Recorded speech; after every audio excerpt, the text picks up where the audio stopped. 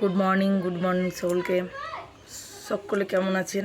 আশা করছি অনেক অনেক ভালো আছেন। তো আমিও ভালো আছি। আজকে একটা নতুন টপিক নিয়ে কথা বলবো। অনেক দিন টপিক নিয়ে কথা বলা হয়নি।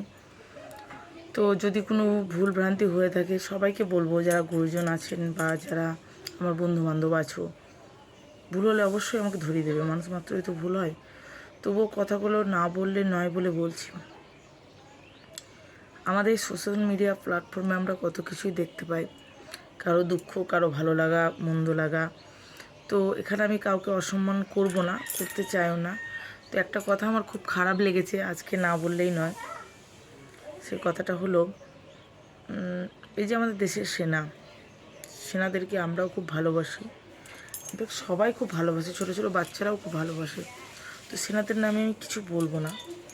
সেনারা তো সেনাদের কাজ করে, যাদের জন্য আমরা সুস্থভাবে বাড়িতে থাকতে পারি, সুন্দরভাবে থাকতে পারি। কিন্তু এই সেনাদের কিছু বউ নতুন করে সোশ্যাল মিডিয়াতে পোস্ট করছে, নানা রকম কথা বলছে। আমরা ফৌজির বউ, আমাদের হাজব্যান্ড বাইরে থাকে, আমাদের এই থাকে, আমরা এত কষ্ট করি, আমরা এই করি, আমরা ওই করি, অনেক কথা। আমাদের হাজব্যান্ড মারা গেলে আমাদের জীবন শেষ, আমাদের মতো কেউ হয় না। এমন একটা ভাব দেখায়, তারা একাই ফৌজির বউ, তাদের হাজব্যান্ডরা একাই চাকরি করে, আর তাদের মতন মহান আর কেউ নেই। সেই মহিলাদের মতন, আমি তার হাজব্যান্ডের কথা বলছি না, সে তো অবশ্যই মহান। ভাই এগুলো কেন? প্রত্যেক মেয়ের জীবনে তার স্বামী কিন্তু ইম্পর্টেন্ট। একটা কথা মনে রাখবেন, তার হাজব্যান্ড সত্যি ইম্পর্টেন্ট। তার হাজব্যান্ড যদি মারা যায়, হাজব্যান্ড যদি চলে যায়, তার জীবন সত্যিই শেষ। যেমন ধরুন, আমরা ড্রাইভারের বউ, আমাদের হাজব্যান্ডরা কিন্তু বাইরে থাকে আপনাদের মতো। তারাও কিন্তু দেশের একরকম কাজই করে, তারা ইনকাম করে, খেটে রোজগার করে নিয়ে আসে, আর আপনাদের সরকারি থেকে বেতন পাওয়া যায়। তারাও কষ্ট করে, আমাদেরও কষ্ট হয়। যেমন একটা গুলি লাগলে, একটা যদি গুলি লাগে, তাহলে সরি, আমার বাড়ির পাশে কিছু আওয়াজ হচ্ছে, কিছু মনে করবে না, তবে আমি ভিডিওটা করছি। যে বাড়ি তাদের যদি গুলি লাগে, তো তার শহীদ হয়, তাদেরকে সম্মান দেওয়া হয়, অনেক কিছু। এমনকি তাদের ফ্যামিলিতে যদি কেউ যোগ্য থাকে, সেও কিন্তু চাকরিটা পায়, তার ওয়াইফও চাকরিটা পায়, সেখানে প্রচুর পরিমাণে ক্ষতিপূরণ দেওয়া হয়। সেরকম আমাদের ড্রাইভারদেরও যদি অ্যাক্সিডেন্ট হলে আমাদেরও প্রবলেম হয়। আমাদের মতো মেয়ে যারা আছে তাদেরও প্রবলেম হয়। তারা কিন্তু সেই চাকরিটা আর পায় না, তাদের সংসারে কিন্তু অভাব অনটন নেমে আসে। তাই যেসব বান্ধবীরা, যেসব বৌদিরা, যেসব দিদিরা এই কথাগুলো বলে পোস্ট করছেন, দয়া করে এরকম পোস্ট করবেন না। প্রত্যেকের জীবনের দাম আছে, শুধুমাত্র ফৌজি বলে নয়। যারা কৃষক, যারা মাটি খেটে খায়, হঠাৎ করে যদি বজ্রপাতে তার মৃত্যু হয়, তার ফ্যামিলিকে কে চালাবে ভাই? সরকার থেকে তো তাকে কোনো টাকা দেওয়া হবে না। যদিও দেওয়া হয়, সেটা তো তার সারা লাইফে চলবেও না। যদি বা তার কোনো ইন্স্যুরেন্স থেকে থাকে, সেটা তার সারা লাইফ চলবে না।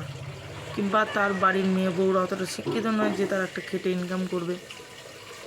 তাই এই সব কিছু বলার আগে একবার ভাববেন। প্রত্যেক মেয়ের কাছে যে আমি ফৌজির বউ, আমি মন্ত্রীর বউ, এগুলো জাহির করার কিছু নেই। সবাই আমরা মানুষ। আমি সম্মান করি আপনাদের, সত্যি তো।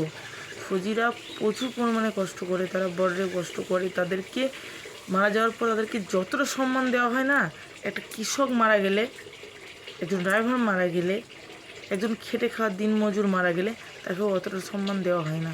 তাহলে কি ভাই তারা কাজ করে না? আমার একটা কোশ্চেন আপনাদের কাছে, তারা কি কাজ করে না? তারাও তো খেটে কাজ করে। কই তাদের বউরা তো এসে এরকমভাবে জাহির করে না। তো এগুলো ফ্যাশন হয়ে গেছে। এসে দেখবেন তাদের সে ফৌজি হাজব্যান্ডরা কিন্তু এভাবে ভিডিও করে না, তারা তাদের কাজ করে যায়। তো এরকমভাবে বললে না, অন্যান্য মেয়েদের কিন্তু খুব আঘাত লাগে। আপনার হাজব্যান্ড ফৌজি, আপনার কাছে অনেক দামি, অবশ্যই দামি। তাকে মেরে ফেলবেন কেন? তিনি বেঁচে থাক, সবসময় আপনার কাছে থাকুন। সে হয়ে গেলে কি হবে, আপনারই হবে। সেই কষ্টটা আমাদের কাছে নাইবা তুলে ধরলেন, আমাদের কষ্টটা একটু বুঝুন। আমাদেরও খারাপ লাগে এগুলো শুনতে। তো ভুল কিছু যদি বলে থাকি, আমার ভুলটা অবশ্যই ধরিয়ে দেবেন। আমি কাউকে আঘাত করার জন্য বলিনি, আমি শুধু সেই বৌদি, দিদি আর বান্ধবীদের ভুলটুকু ধরিয়ে দেওয়ার জন্য কথাটা বলেছি।